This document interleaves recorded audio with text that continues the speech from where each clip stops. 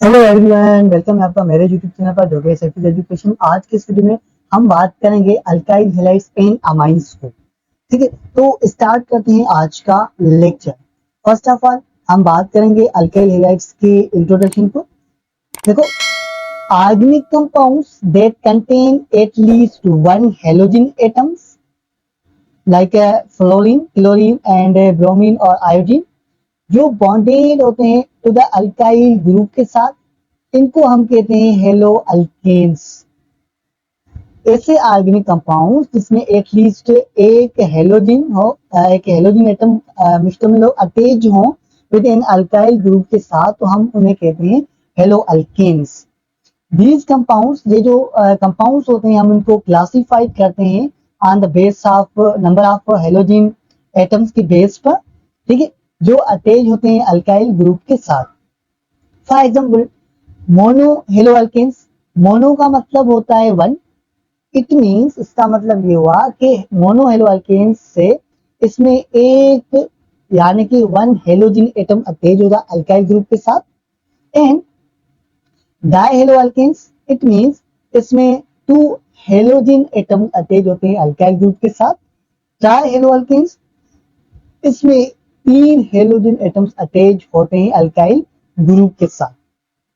लेकिन व्यूअर्स, इस चैप्टर में हम मोनो हेलो अल्केन्स को डिस्कस करेंगे। हम डाई हेलो अल्केन्स को एंड ट्राई हेलो अल्केन्स को यहाँ पर डिस्कस नहीं करेंगे। तो देखते हैं मोनो हेलो अल्केन्स के अबाउट।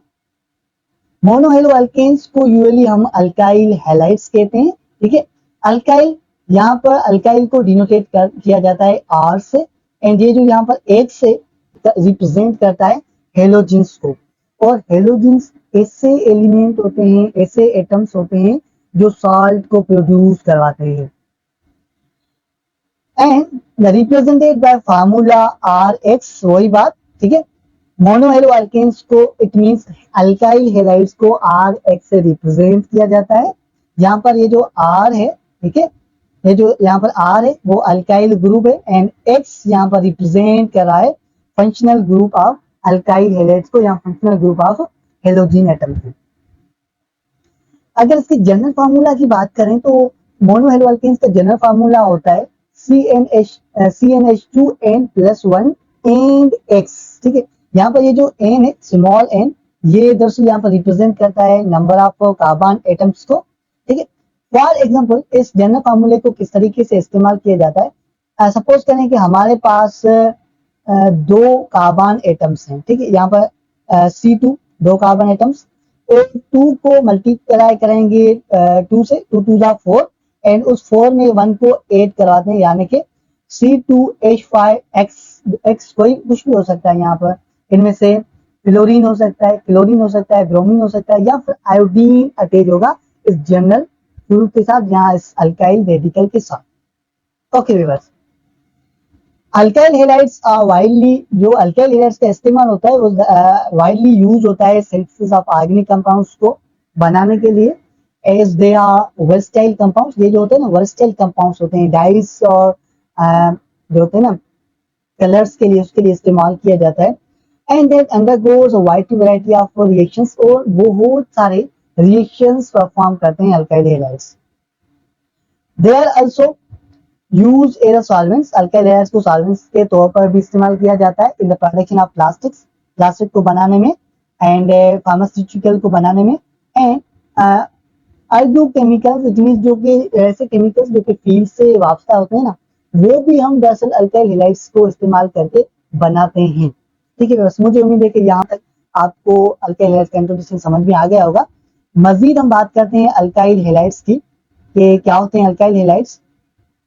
अल्काइल हैलाइड्स को मजीद जो कि फर्दर क्लासिफाइड किया गया on the base of carbon atom पर to which halogen atom to attach.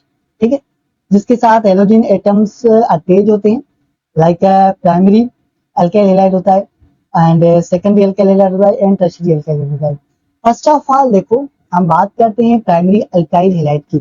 वो रेफर करता है अल्काइल हैलाइड्स को जहां पर एक halogens bearing carbon bonded only with one other carbon atoms। यहाँ पर समझिएगा, यहाँ पर क्या है कि अगर कोई भी अल्काइल ग्रुप डायरेक्ट कार्बन से अटैच हो, लेकिन वो जो अल्काइल ग्रुप है वो नंबर में एक हो, तो इससे अल्काइल हैलाइड को हम कहते हैं प्राइमरी अल्काइल हैलाइड। अगर दो अल्काइल रेडिकल और अल्काइल ग्रुप डायरेक्ट अटैच होते हैं विद कार्बन के साथ, तो ये कहलाता है secondary alkyl halide.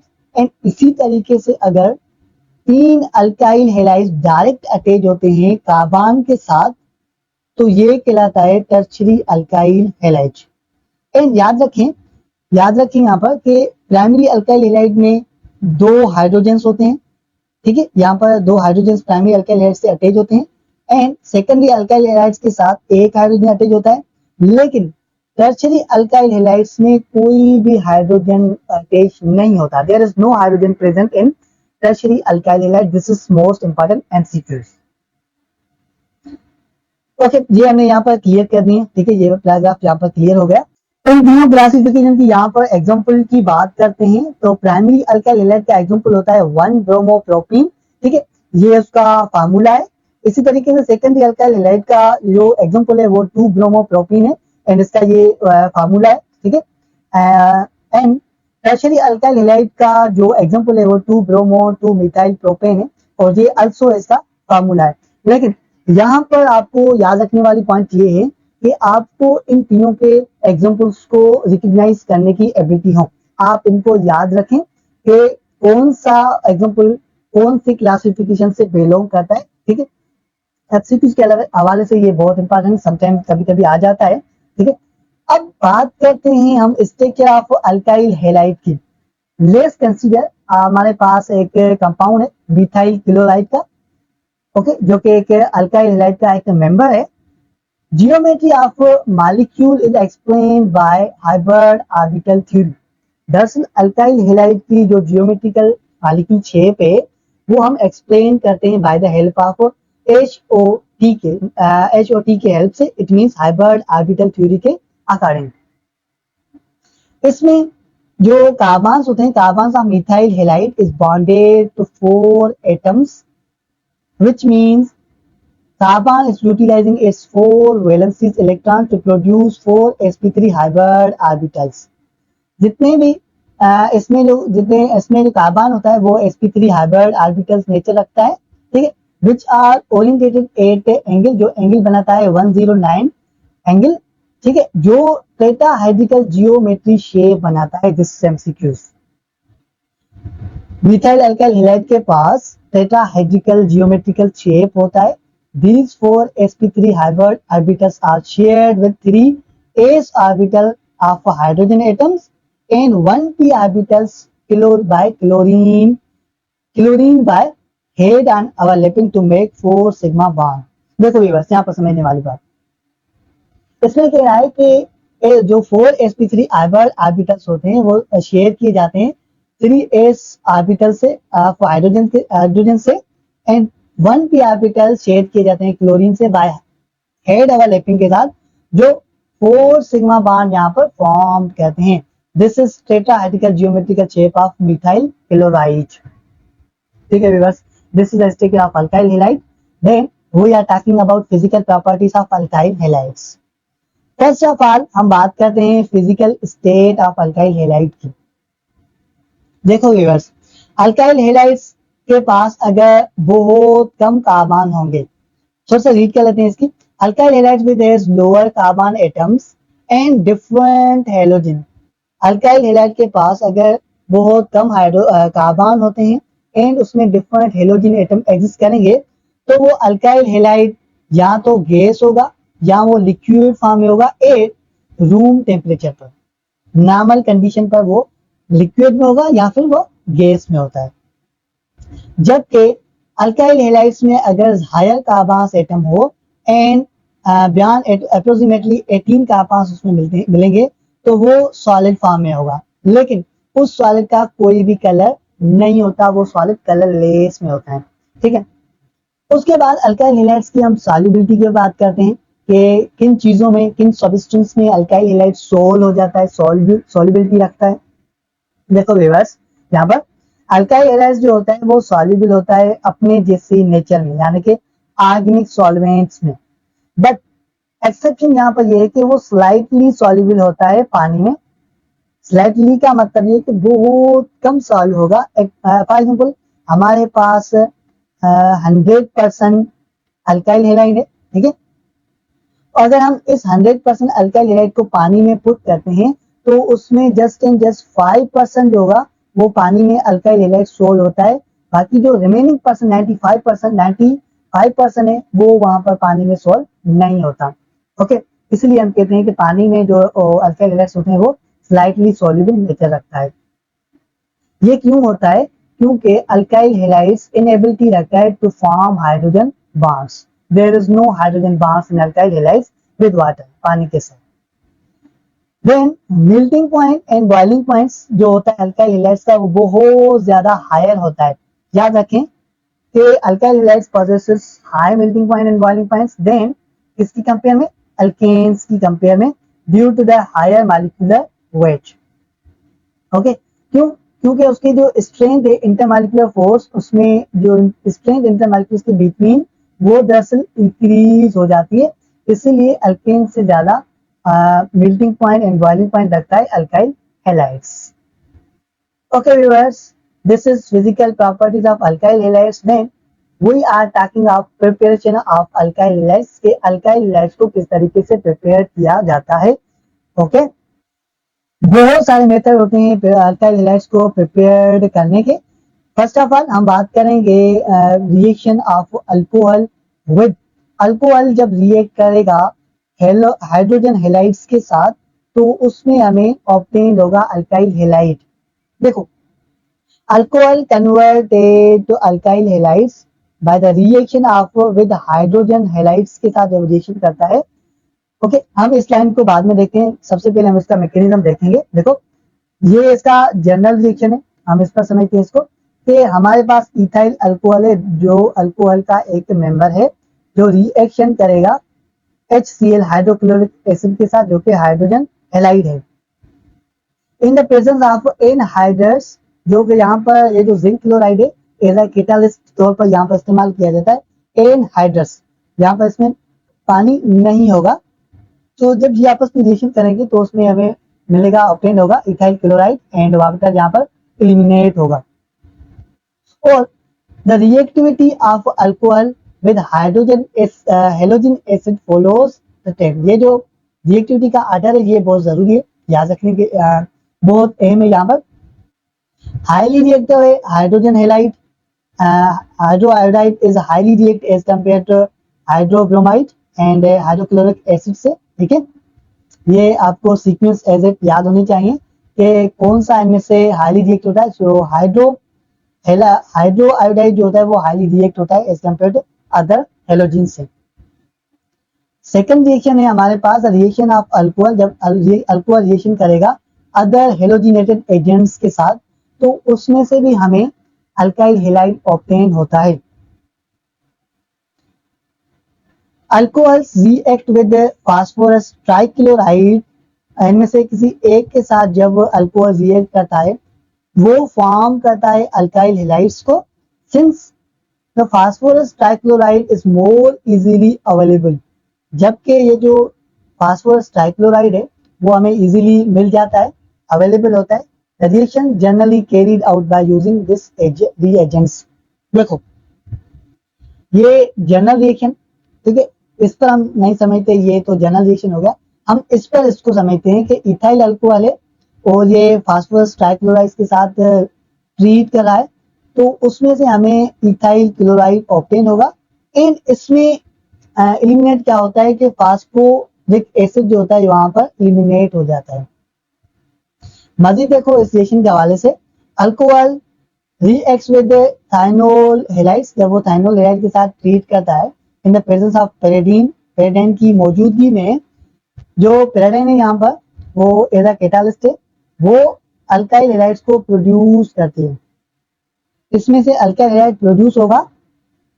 This is preferred method for preparation of alkyl halide because the both by products of gases states, इसमें जो प्रोडक्ट हमें मिलेगी वो गैसेस स्टेट्स में मिलती हैं। This is a mechanism of reactions of alcohol with halogenated agents. और इसका लास्ट प्रिपरेशन मेथड है हेलोजिनेशन ऑफ अल्केन। अल्केन के साथ जब हेलोजिन एड कराते हैं तो इसमें से एल्काइल हैलाइड मिलता है। देखो, reaction between alkanes and halogens in the presence of sunlight. ये जो रिएक्शन है वो सनलाइट की मौजूदगी में होगा। एट या उसका जो टेम्परेचर है वो बहुत ज्यादा हाई होता है। वो क्या करेगा, उसमें से हमें alkyl halide as a product मिलेगा। This reaction involves the substitution of one और more hydrogen atoms in alkanes. यहाँ इस रिएक्शन में क्या होगा कि अल्केन में से एक या एक से ज्यादा हाइड्रोजन को एलिमिनेट किया जाएगा, सब्स्टिट्यूट किया जाएगा बाय हेलोजन एटम्स से।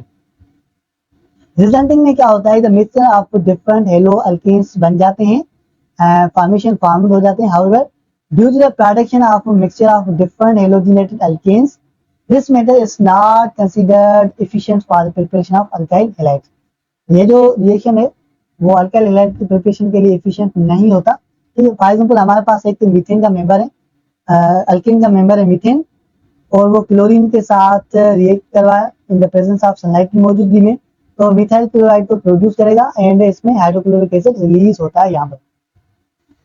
ये तो हमने देखा कि अल्काइल हैलाइड को किस तरीके से डिफरेंट टाइप से डिफरेंट रिएक्शन से प्रिपेयर किया जाता है, लेकिन उसके बाद हम देखेंगे कि रिएक्टिविटी ऑफ अल्काइल हैलाइड्स की क्या होती है। देखो, alkyl halides are highly reactive than corresponding alkenes. ठीक है, अल्कीन्स से जो अल्काइल हैलाइड्स होते हैं वो हाईली रिएक्टिव होते हैं। The high reactivity of alkyl halides is attributed to the polarity of carbon halogen bond की वजह से ये जो होते हैं वो हाईली रिएक्टिव लगता है। क्यों हाईली रिएक्टिव लगता है? क्योंकि पोलैरिटी बिटवीन होते कार्बन हेलोजन बॉन्ड के दरमियान। ठीक है, alkyl halides contain, alkyl halides में हेलोजन एटम्स होते हैं, और हेलोजन एटम्स कौन से होते हैं? Chlorine, bromine and iodine are halogen atoms which have high electronegativity. इन एटम्स को क्या होता है कि हाई इलेक्ट्रोनेगेटिविटी होती है, यानी कि ये शेयर पेयर ऑफ इलेक्ट्रॉन को अपनी तरफ ज्यादा पावरफुली अपनी तरफ अट्रैक्ट कर लेते हैं, कैच कर लेते हैं then as compare to carbon से। The make them electrophilic reagents, ये दरअसल इसको इलेक्ट्रोफिलिक रिएजेंट्स बना देते हैं। तो electrophilic centre makes alkyl halide susceptible to an electrophilic attacks. देखो यहाँ पर इलेक्ट्रोफिलिक सेंटर की वजह से अल्काइल हैलाइड्स जो होते हैं वो इजीली अटैक किए जाते हैं इलेक्ट्रोफिलिक से। ये के रिएजेंट्स होते हैं, ठीक है, जो अपने ऊपर नेगेटिवली चार्ज को बेयर करता है, जो इजीली अटैक करता है अल्काइल हैलाइड्स पर। इसके रिजल्ट में क्या होता है कि न्यूक्लियोफिलिक सब्स्टिट्यूशन रिएक्शंस परफॉर्म होते हैं। फर्दरमोर, अगर हम ज्यादा इसके हवाले से मजीद बात करें, the beta hydrogen atoms in molecule becomes acidic. जो बीटा हाइड्रोजन है अल्काइल हैलाइड में वो एसिडिक बन जाती है। क्यों? क्योंकि वो इलेक्ट्रॉन डेंसिटी को शिफ्टिंग कर दे। इलेक्ट्रॉन डेंसिटी को जब शिफ्टिंग करेगी आप carbon hydrogen bonds towards halogen की तरफ, तो वो वहां पर एसिडिक बन जाएगी। Okay, it make it expose the elimination reaction, और वो उसको एक्सपोज कर देगी एलिमिनेशन रिएक्शन के लिए। न्यूक्लियोफिलिक सब्स्टिट्यूशन रिएक्शन देखते हैं क्या होता है। देखो, ये टाइप होता है केमिकल रिएक्शन का, जिसमें क्या होता है कि strong nucleophile means electron efficient species replace की जाती है the weak nucleophile of the substrate is termed as nucleophilic substitution reactions. दरअसल हम इसको न्यूक्लियोफिलिक सब्स्टिट्यूशन रिएक्शंस कहते हैं। देखो, इसको हम यहाँ पर समझते हैं जनरल रिएक्शन है। इसके हवाले से हमारे पास एक अल्काइल रेडिकल है जो कि यहाँ पर एक सबस्ट्रेट है। इस पर ये जो न्यूक्लियोफाइल है वो अटैक करेगा, लेकिन ये हमेशा एक पॉइंट याद रखें, जो न्यूक्लियोफाइल होता है वो गुंडों की तरह अल्काइल हैलाइड्स पर पीछे से वार करता है। हमेशा वो पीछे से उस पर अटैक करेगा और उसके रिजल्ट में अल्काइल मींस हेलोजन को वो बार रिप्लेस कर देता है। यहाँ पर लिखा है ना, replace the weak nucleophile of substrate. ये यहाँ पर न्यूक्लियोफाइल सबस्ट्रेट ऑफ हेलोजन है, जो कि न्यूक्लियोफाइल स्ट्रॉन्ग न्यूक्लियोफाइल आने से ये दरअसल बाहर एलिमिनेट हो जाता है। लिविंग न्यूक्लियोफाइल हम इसको कहते हैं, और जहाँ पर हमें ये प्रोडक्ट मिलती है। व्हेन फर्दर कह रहा है कि जब अल्काइल हैलाइड्स को ट्रीट करवाते हैं सोडियम हाइड्रोक्साइड सॉल्यूशन से या पोटेशियम हाइड्रोक्साइड से इन the presence of hydro oxide ion से, ये जो यहाँ पर हाइड्रो ऑक्साइड आयन है ये यहाँ पर एक्ट कर रहा है स्ट्रॉन्ग न्यूक्लियोफाइल के तौर पर which attacks the partially electropositive carbon, जो partially electropositive carbon पर अटैक करता है एटम ऑफ अल्काइल हैलाइड्स के। As a result new bond form between carbon, उसके नतीजे में क्या होगा कि कार्बन के बीच में न्यू बॉन्ड बनेगा एंड अटैकिंग न्यूक्लियोफाइल के बीच में। हमारे पास न्यूक्लियोफाइल की यहाँ पर एक लिस्ट बना हुआ है, ठीक है, ये बहुत जरूरी है याद रखना। ये हाइड्रोक्सिल जो कि अल्कोहल है, जिससे न्यूक्लियोफाइल, ये सारे न्यूक्लियोफाइल हैं जिसमें थायोल, इसको हम मार्कअपेंस भी कहते हैं, nitrile nucleophile, ester, ether and primary amine is also nucleophile. Some common strong nucleophile, यहाँ पर एक लिस्ट बनी हुई है स्ट्रॉन्ग न्यूक्लियोफाइल की, ठीक है, अलॉन्ग विद टाइपिकल रिएजेंट्स के साथ। तो ये हमने ऊपर देखें, तो हमने इनमें से कुछ ऊपर देखें, लेकिन इनके जो टाइपिकल रिएजेंट है वो याद रखना बहुत अहम होते हैं एमडीकेट के हवाले से। ओके, आगे बढ़ते हैं mechanism of nucleophilic substitution reactions के। अब इस टॉपिक में हम न्यूक्लियोफिलिक सब्स्टिट्यूशन के मैकेनिज्म को देखते हैं। हमारे पास इसके हवाले से दो मैकेनिज्म होते हैं, डिवाइड किए गए हैं इसको, एक SN1 रिएक्शन में और दूसरा SN2 रिएक्शन में। फर्स्ट ऑफ ऑल हम बात करते हैं SN1 मैकेनिज्म रिएक्शन को। देखो जब भी अल्काइल हैलाइड्स में ये रिएक्शन आए SN1 मैकेनिज्म, तो देखो S यहाँ पर सब्स्टिट्यूशन को एक्सप्लेन कराए और N यहाँ पर न्यूक्लियोफाइल, ये यहाँ पर 1 क्या है, दरअसल 1 ये इस यहाँ पर रिप्रेजेंट कराए कि ये जो मैकेनिज्म है वो unimolecular and by state SN reaction है। इसमें एक मॉलिक्यूल को इस्तेमाल किया जाता है इस रिएक्शन मैकेनिज्म में। देखो SN1 रिएक्शन क्या होता है, SN1 रिएक्शन मैकेनिज्म है जो कि प्रोसीड होता है इन 2 डिस्टिंक्ट स्टेप में, इसके 2 स्टेप्स होंगे, लेकिन यहाँ पर एक जो है ना, यहाँ पर ये यूनिमॉलिक्यूलर को रिप्रेजेंट करा यहाँ पर, लेकिन इसके 2 डिस्टिंक्ट स्टेप्स होते हैं। फर्स्ट स्टेप इन्वॉल्व होता है डिपार्चर ऑफ लीविंग ग्रुप, ठीक है, हेलोजन एटम्स यहाँ पर सबस्ट्रेट मॉलिक्यूल से लीव कर जाएगा। ये हमने जनरल रिएक्शन में भी देखा कि वहां पर हेलोजन एटम जो X है वहां से डिपार्चर हो गई, लीव हो गई, leading to the formation of carbocation intermediate. जब X यानी कि हेलोजन एटम्स वहां से डिपार्चर होगी तो वहां पर एक इंटरमीडिएट फॉर्म्ड होगा जिसको हम कार्बोकेशन कहते हैं, followed by nucleophile attack in the second step, जो सेकंड स्टेप में न्यूक्लियोफाइल से फॉलोड की जाती है। देखो इसका पहला स्टेप है departure of halogen atoms from substrate to form carbocation. पहले स्टेप में SN1 मैकेनिज्म में के पहले स्टेप में कार्बोकेशन इंटरमीडिएट फॉर्म होता है, ठीक है, ये एमसीक्यू है और पास्ट मेडिकल में ये एमसीक्यू आ चुका है। इसका ये मैकेनिज्म है और इसका जो पहला स्टेप है ना वो स्लो स्टेप होता है, मतलब स्लो स्टेप होगा और इसमें कार्बोकेशन फॉर्म होगा और इसमें ये देखो यहाँ पर X यानी कि हेलोजन एटम यहाँ से डिपार्चर हो गया, लीव हो गया। इसका जो सेकंड स्टेप है, सेकंड स्टेप में क्या होता है कि attack of strong nucleophile on carbocation पर स्ट्रॉन्ग न्यूक्लियोफाइल अटैक करेगा टू फॉर्म प्रोडक्ट, उसके बाद हमें प्रोडक्ट मिलती है। ये इसका मैकेनिज्म है और जो इसका दूसरा स्टेप है वो फास्ट होता है। मैंने आपको रिसेंटली बताया कि इसका जो पहला स्टेप है वो स्लो होगा और इसका जो दूसरा स्टेप है वो फास्ट होगा। Tertiary alkyl halides undergoes SN1 reactions, ठीक है, tertiary alkyl halides SN1 reaction देगा एमसीक्यू से more readily than primary alkyl and secondary alkyl halides से। मतलब जो SN1 मैकेनिज्म है वो ज्यादातर अंडरगोज होता है टर्शियरी अल्काइल हैलाइड में, ड्यू टू क्योंकि इसमें स्टेबलाइजिंग की वजह से affect on electron donating affect करते हैं ऑफ द अल्काइल ग्रुप्स पर and favouring the formation of carbocation, और कार्बोकेशन इंटरमीडिएट इसमें बनता है, this the facilitating the SN1 reaction. इसीलिए ये tertiary alkyl halides SN1 mechanism देता है। ये उसकी वजूहात है, ये इसके रीजंस हैं जो कि हमने ऊपर देखे। केमिकल रिएक्शन के हवाले से बात करें SN1 मैकेनिज्म की, तो वो एग्जिबिट करता है फर्स्ट ऑर्डर ऑफ रिएक्शन। क्यों? क्योंकि इसमें यूनी मालिक्यूलर एक ही मालिक्यूल है, ठीक है, इसलिए जो केमिकल प्रोसेस है वो first order of reaction exhibit करता है अकॉर्डिंग टू काइनेमेटिक्स के अकॉर्डिंग अगर देखें तो। And the rate of reaction depend करेगा on the concentration of substrate पर। रेट ऑफ रिएक्शन जितनी सबस्ट्रेट ज्यादा होगी उतना रेट ऑफ रिएक्शन क्या होता है, ज्यादा होता है। Not on nucleophile involve in reaction, वो न्यूक्लियोफाइल के इन्वॉल्विंग पर डिपेंड नहीं करता, ठीक है। इसका सबस्ट्रेट है यहाँ पर, ये अकॉर्डिंग टू काइनेमेटिक्स के अकॉर्डिंग इक्वेशन, और इसका जो ऑर्डर रिएक्शन है वो फर्स्ट ऑर्डर रिएक्शन होता है। देन रिवर्स उसके बाद हम बात करेंगे SN2 मैकेनिज्म की।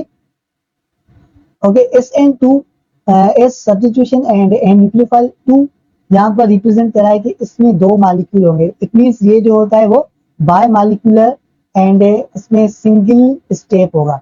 दो मॉलिक्यूल होंगे लेकिन इसमें एक स्टेप होता है। ये जो छोटी छोटी पॉइंट्स होते हैं ना, दरअसल ये इंडिकेट में बहुत अहम साबित होती है। In the SN2 mechanism, bond formation and bond breaking occur simultaneously. इस स्टेप में क्या होता है कि बॉन्ड बनता है, ठीक है, और बॉन्ड जो होता है वो ब्रेक होता है साइमल्टेनियसली, ये एक ही टाइम पर होते हैं, होंगे सिंक्रोनाइजेशन सिस्टम में होंगे। मतलब कि उसी टाइम में, जिस टाइम में वो बॉन्ड ब्रेक होगा उसी टाइम में बॉन्ड फॉर्म भी होगा। उसका एक स्टेप होता है, सिंगल स्टेप होगा। न्यूक्लियोफाइल डायरेक्टली अटैक करता है इलेक्ट्रोफाइल कार्बन एटम पर। समझने वाली बात है यहाँ पर कि ये जो न्यूक्लियोफाइल है वो डायरेक्ट अटैक करेगा कार्बन एटम पर, एंड सबस्ट्रेट जो है वहां से लीव हो जाएगी। The leading departure of substrate of halogen atom, जो अटैच होगा इलेक्ट्रोफाइल कार्बन के साथ वो वहां से डिपार्चर हो जाएगी, लीव करके जाएगी। Nucleophile attach from back side, मैंने आपको रिसेंटली भी बताया कि न्यूक्लियोफाइल जो होते हैं वो बैक, हमेशा बैक साइड अटैक करते हैं कि बुड्ढों की तरह पीछे से वार करते हैं। Because the front side of जो क्यों फ्रंट साइड अटैक नहीं करते, क्योंकि जो फ्रंट साइड होती है ना strictly hindered by the nucleophile of substrate. जो न्यूक्लियोफाइल सबस्ट्रेट होती है वो उसको हिंडर्ड करती है, रेजिस्ट करती है, रोकती है हाईली पावरफुल से, ठीक है। इसके अबाउट मजीद देखते हैं कि SN2 मैकेनिज्म जो होता है वो टाइपिकली ऑब्जर्व किया जाता है प्राइमरी अल्काइल हैलाइड्स में एंड मिथाइल हैलाइड्स में। Because the primary carbocation and methyl carbocation highly unstable होते हैं। ये जो दोनों सब्सटेंस है वो हाईली अनस्टेबल होंगे। ड्यू टू, क्यों हाईली अनस्टेबल होते हैं? क्योंकि इनमें कोई भी एबिलिटी नहीं होती इलेक्ट्रॉन डोनेटिंग की, यानी कि ये इलेक्ट्रॉन डोनेटिंग के वजह से लैक होते हैं। There is no electron donating from alkyl groups. SN2 mechanism followed करता है second order of reaction of kinetics, which means that the reaction rate depend upon the concentration and substrate of attacking nucleophile। ये MCQs के हवाले से main point है, अपने notebook में note कर लीजिएगा कि concentration of substrate and concentration of attacking nucleophile पर SN2 मैकेनिज्म डिपेंड करता है। हम बात कर रहे थे कार्बोकेशन की, इसमें बात करेंगे कार्बोकेशन एंड उसके स्टेबिलिटी की, ठीक है। देखो कार्बोकेशन जो है वो आर्गेनिक आयन है, एक किस्म का आर्गेनिक आयन होता है। जो उसका जो कार्बन है उसमें दरअसल पॉजिटिव चार्ज होता है। वो जो कार्बन है कार्बोकेशन के अंदर वो पॉजिटिवली चार्ज होता है। They are formed when the carbon loss pair of electron. वो तब बनता है जब कार्बन पेयर ऑफ इलेक्ट्रॉन को डोनेट करता है, बाहर निकालता है। कार्बोकेशन को फर्दर क्लासिफाइड किया गया है प्राइमरी, सेकेंडरी एंड इसी तरीके से टर्शियरी कार्बोकेशन में, जो कि डिपेंड करते हैं अपॉन द कार्बन एटम्स पर। ये तीनों जो क्लासिफिकेशन है वो डिपेंड करते हैं कार्बन एटम्स पर, जो बॉन्डेड होते हैं पॉजिटिवली चार्ज से ऑफ एटम के।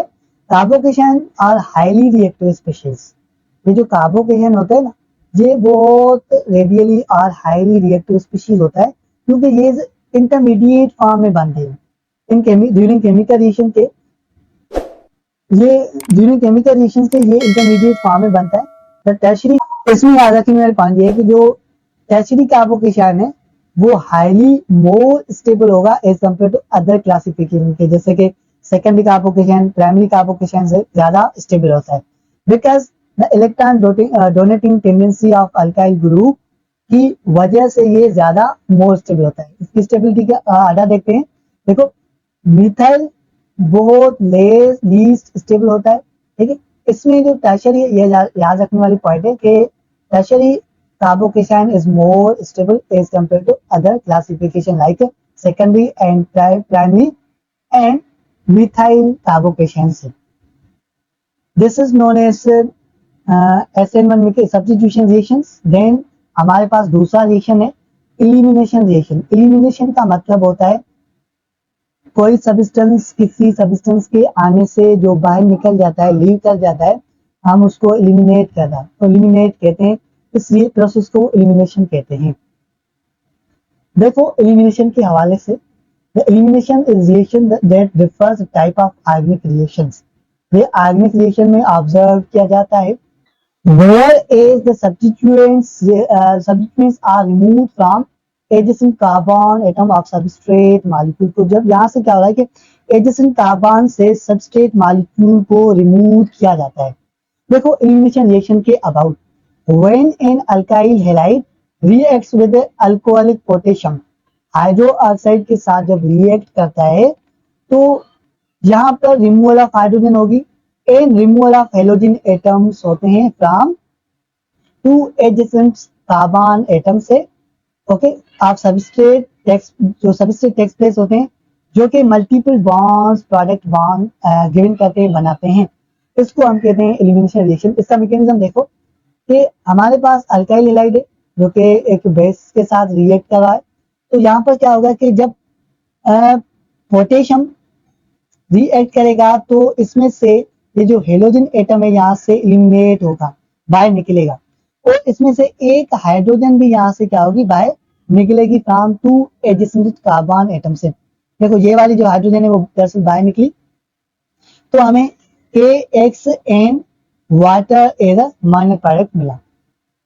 इट रिफर्स, देखो it refers 1 and 2 elimination reaction, जिसको हम कुल मिला के कहते हैं beta elimination reaction.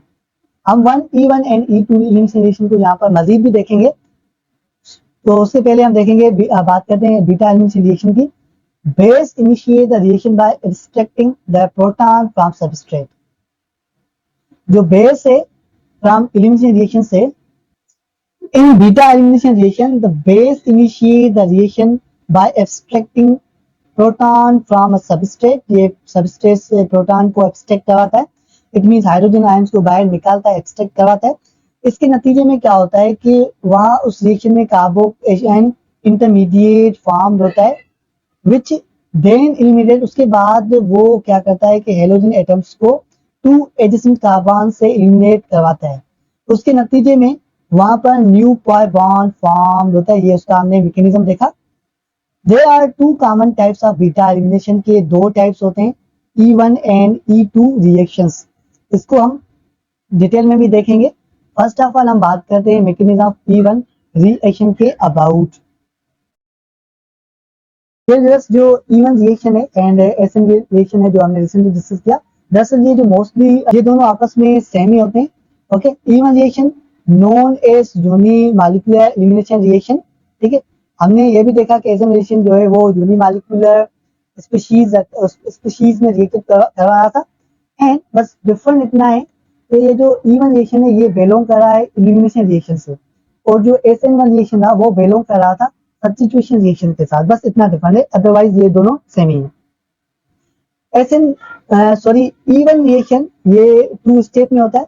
In first step the halogen atoms depart होगा फ्रॉम सबस्ट्रेट से, बाहर निकल जाएगा फॉर्मिंग, और उसके बाद वो फॉर्म करेगा कार्बोकेशन इंटरमीडिएट, जबकि हमने ये भी देखा कि SN1 रिएक्शन भी कार्बोकेशन इंटरमीडिएट फॉर्म कर रहा था, which is a low and rate of determination step. जो है वो लो एंड रेट ऑफ डिटरमिनेशन में हेल्पफुल रहता है।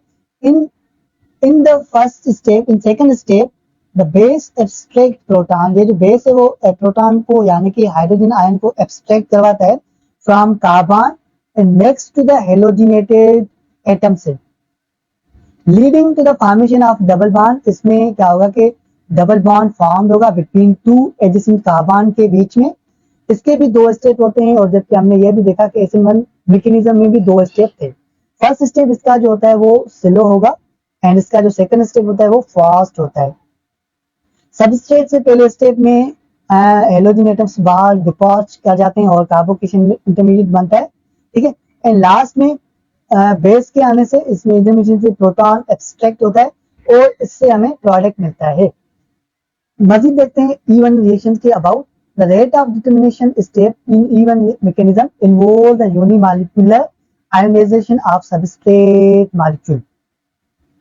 E1 रिएक्शन रिप्रेजेंट कर रहा है, इसमें एक मॉलिक्यूल डिस्ट्रीब्यूशन स्टेप होता है। Therefore, the rate of reaction depends करता है only concentration of reactant पर। जबकि एलिमिनेशन रिएक्शन में रेट ऑफ रिएक्शन डिपेंड करेगा ओनली कंसंट्रेशन ऑफ रिएक्टेंट पर, ना कि न्यूक्लियोफाइल पर। वो न्यूक्लियोफाइल पर डिपेंड नहीं है, क्योंकि यहाँ पर न्यूक्लियोफाइल की बात नहीं हो रही। And not on the concentration of base, वो कंसंट्रेशन ऑफ बेस पर डिपेंड नहीं करता। ये इसका ऑर्डर ऑफ रिएक्शन है अकॉर्डिंग टू केमिकल काइनेटिक्स के।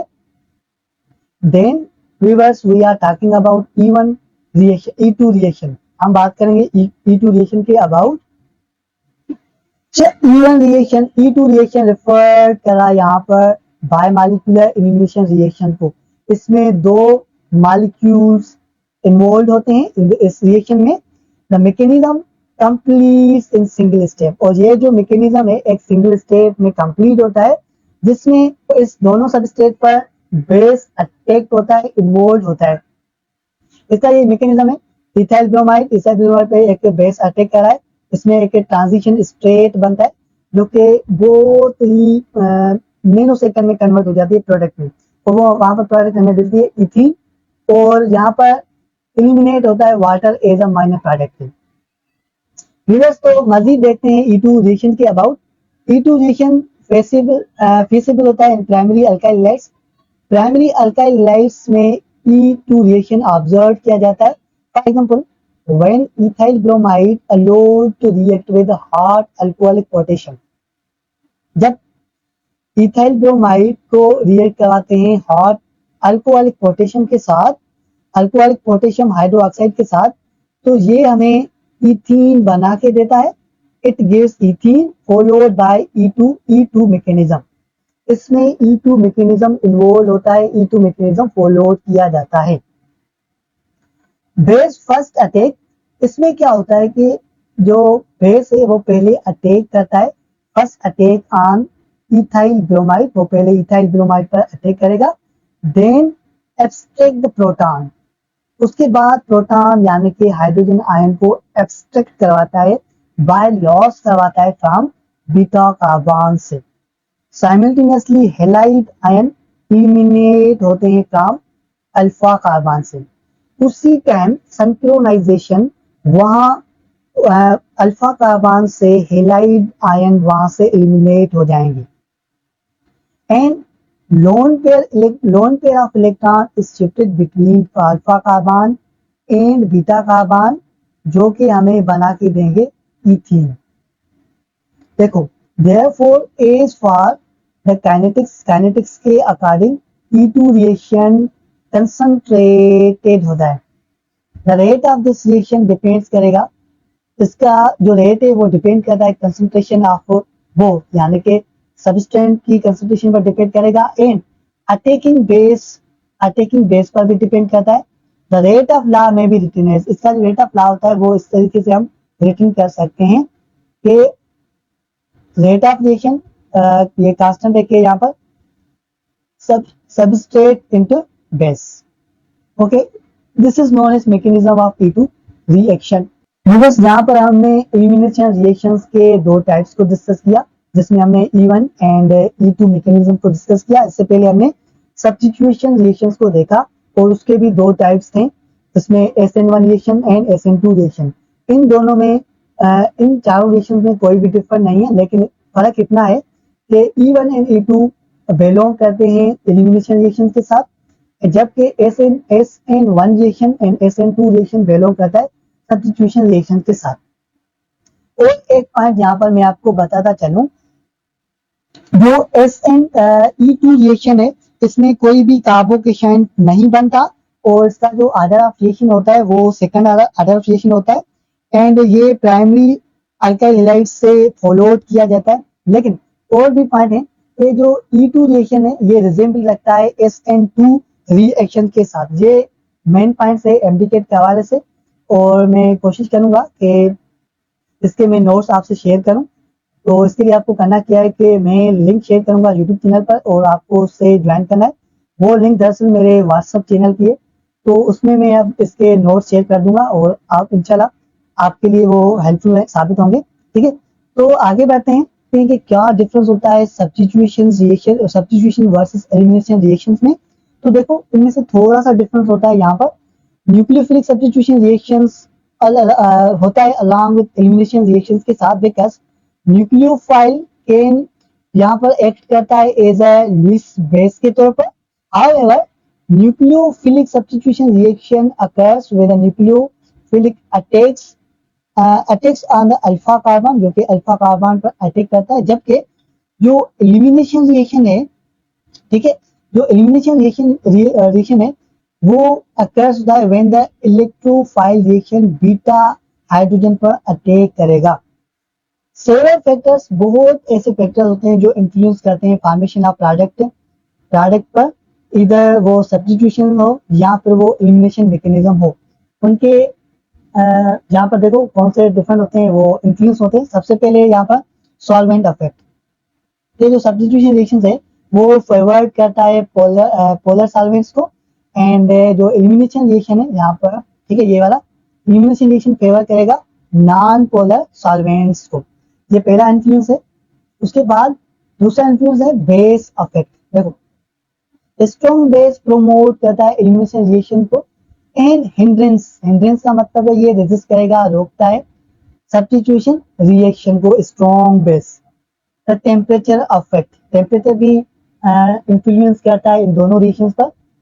अगर the rise in temperature encourage the elimination reaction avoid substitution reaction. ये जो टेम्परेचर है ये दरअसल एक एनर्जी होता है एलिमिनेशन रिएक्शन के लिए जो अवॉइड हो जाता है सब्स्टिट्यूशन रिएक्शन पर। सबस्ट्रेट भी इन्फ्लुएंस करता है इन दोनों रिएक्शन पर। अगर substrate molecule is a tertiary alkyl halide है तो वो फेवर करता है एलिमिनेशन रिएक्शन को। ठीक है, यहाँ पर मैं एक बार इसको रिपीट कर लेता हूँ कि अगर substrate reaction alkyl halide nature में है तो वो दरअसल फेवर करती है एलिमिनेशन रिएक्शन को।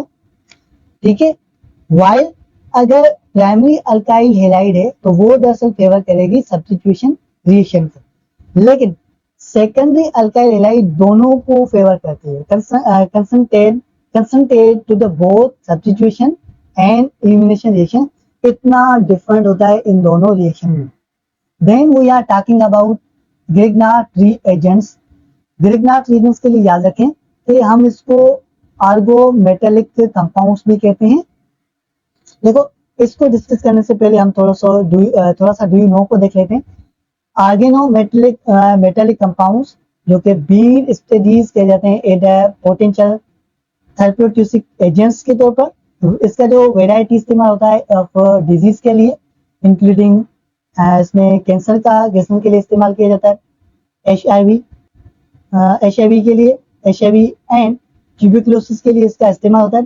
दे are also use in contrasting agents. In MRI में भी इसका यूज होता है एज अ कंट्रास्टिंग एजेंट्स के तौर पर।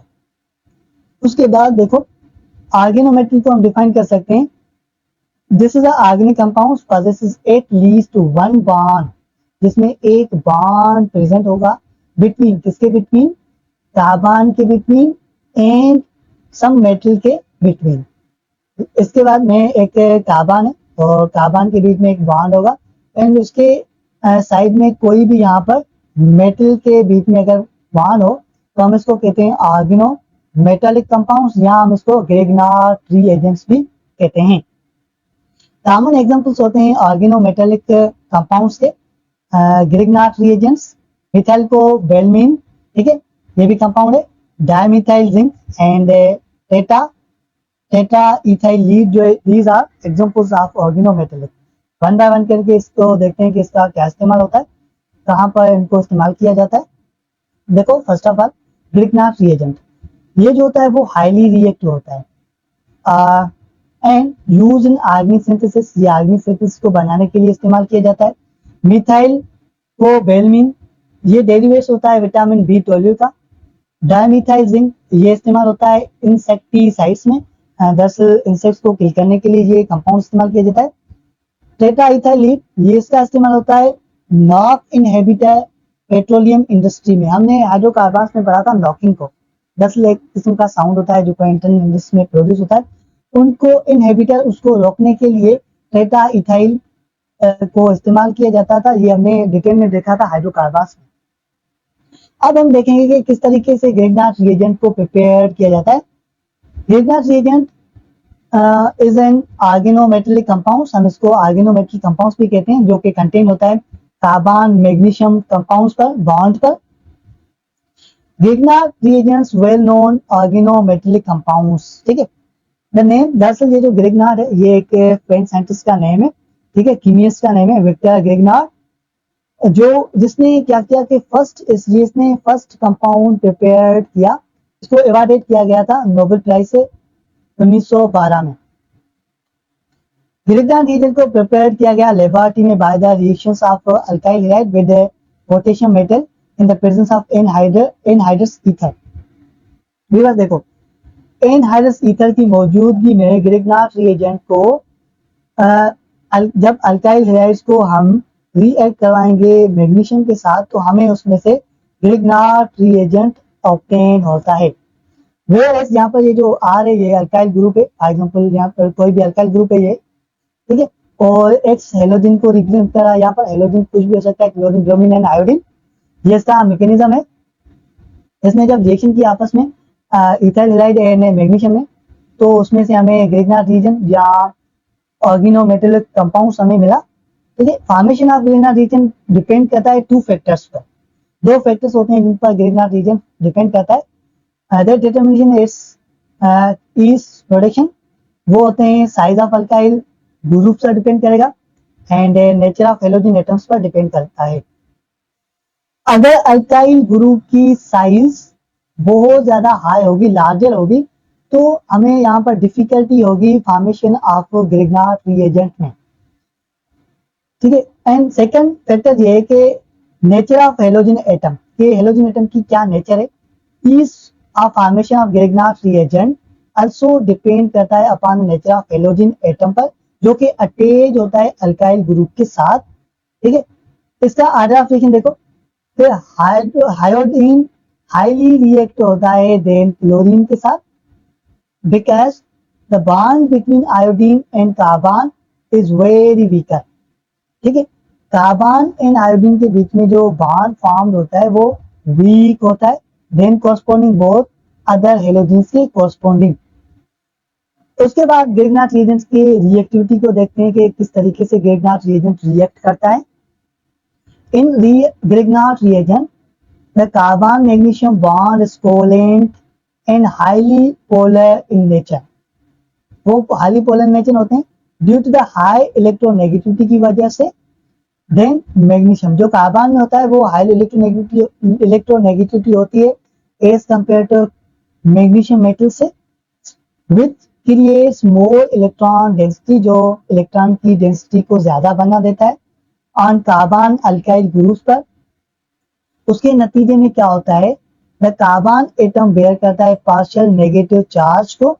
हमने ये भी पढ़ के रखा हुआ है कि जिसकी इलेक्ट्रोनेगेटिविटी ज्यादा होती है तो उसके ऊपर नेगेटिविटी चार्ज अपीयर होता है एंड एक्ट एज न्यूक्लियोफाइल, और न्यूक्लियोफाइल में भी हमने ये पढ़ा है कि न्यूक्लियोफाइल के ऊपर भी नेगेटिविटी चार्ज होता है।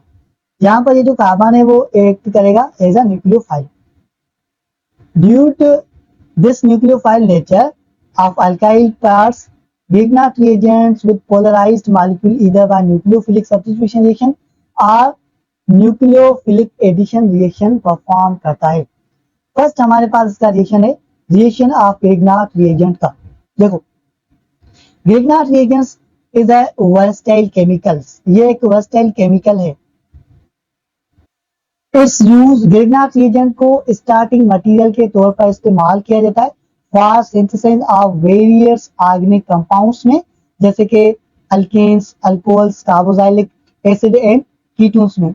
बहुत से स्टूडेंट्स ने जिन स्टूडेंट्स ने कंसेप्चुअल ऑर्गेनिक केमिस्ट्री को पढ़ा है, जिसमें अल्केन्स, अल्कोहल्स एंड कार्बोक्सिल्स को पढ़ा है, उन स्टूडेंट्स को ये पता होगा कि इनके रिएक्शंस में ग्रिग्नार्ड रिएजेंट को एज अ स्टार्टिंग मटेरियल के तौर पर इस्तेमाल किया जाता है।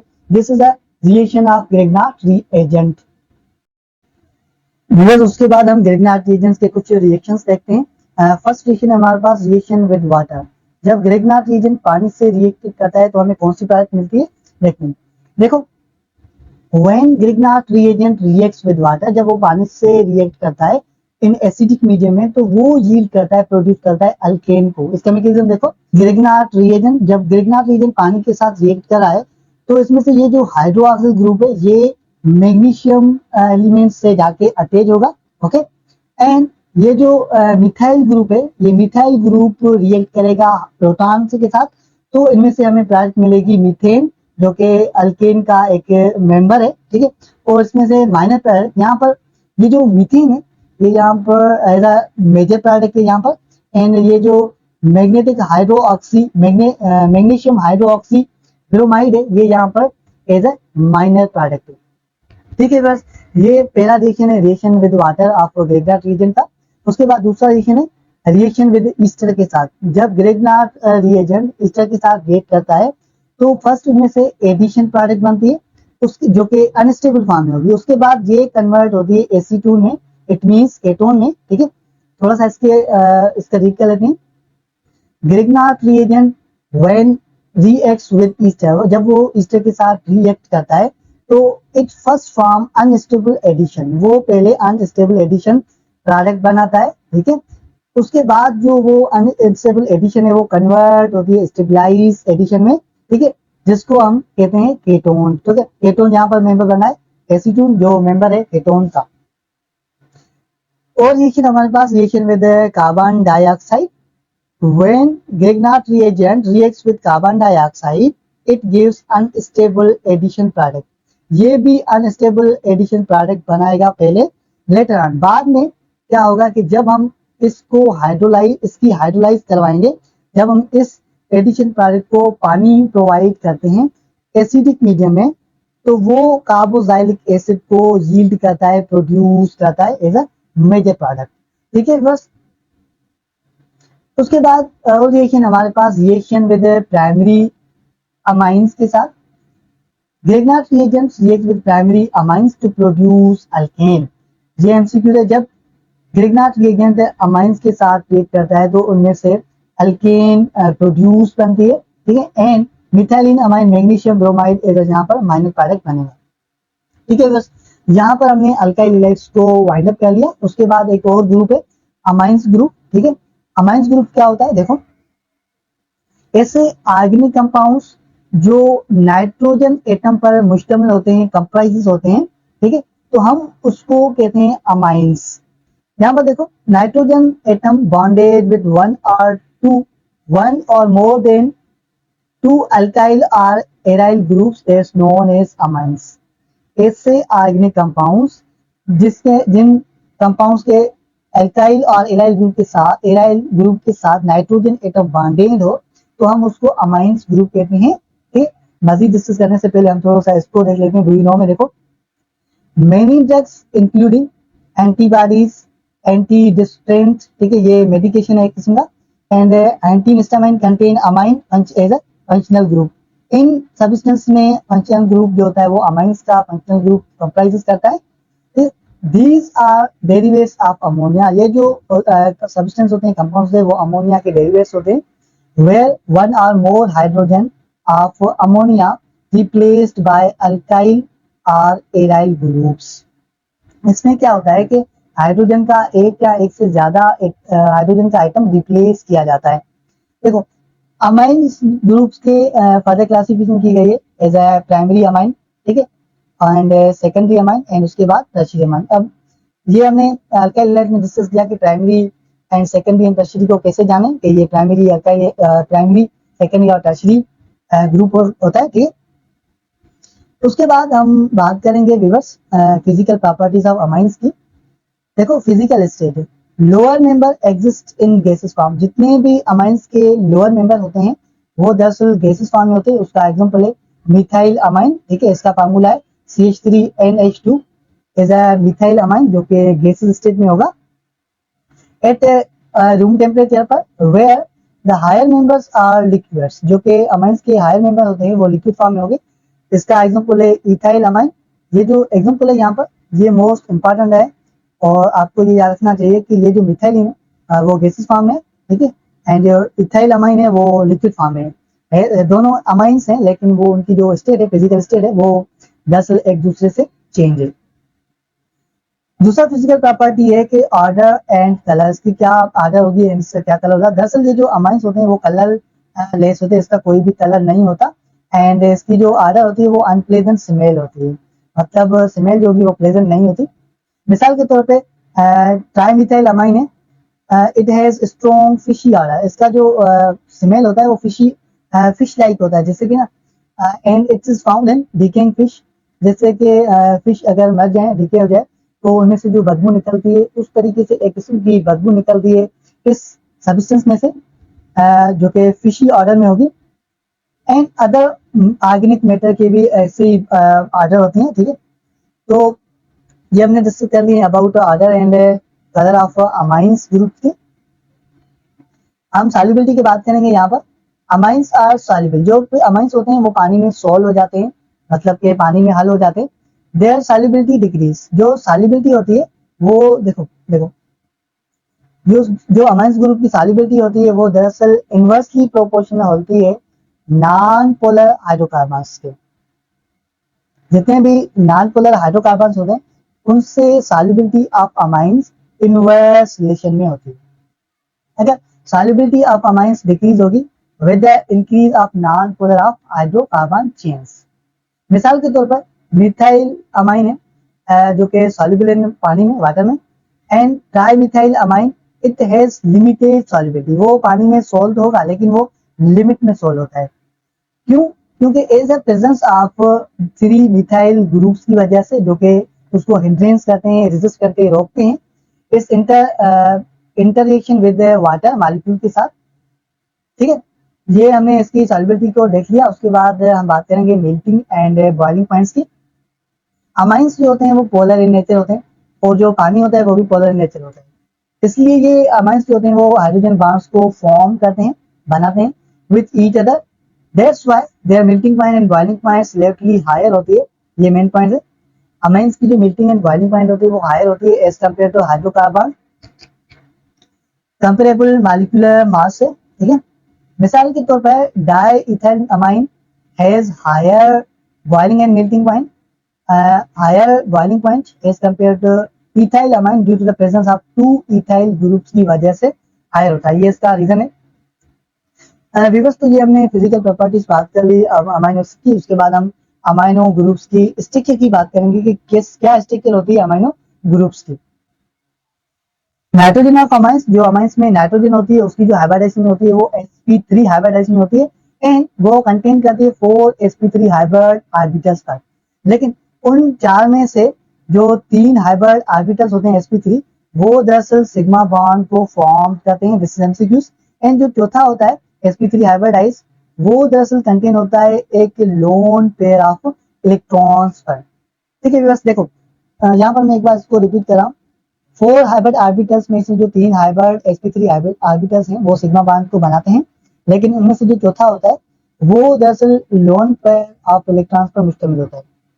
These 4 sp3 hybrid orbitals oriented in space tetrahedral pyramidal shape, जो 4 होते हैं ना sp3 hybrid वो दरअसल फॉर्म बनाते हैं tetrahedral pyramidal geometrical shape। This is most important MCQs MDCAT के हवाले से।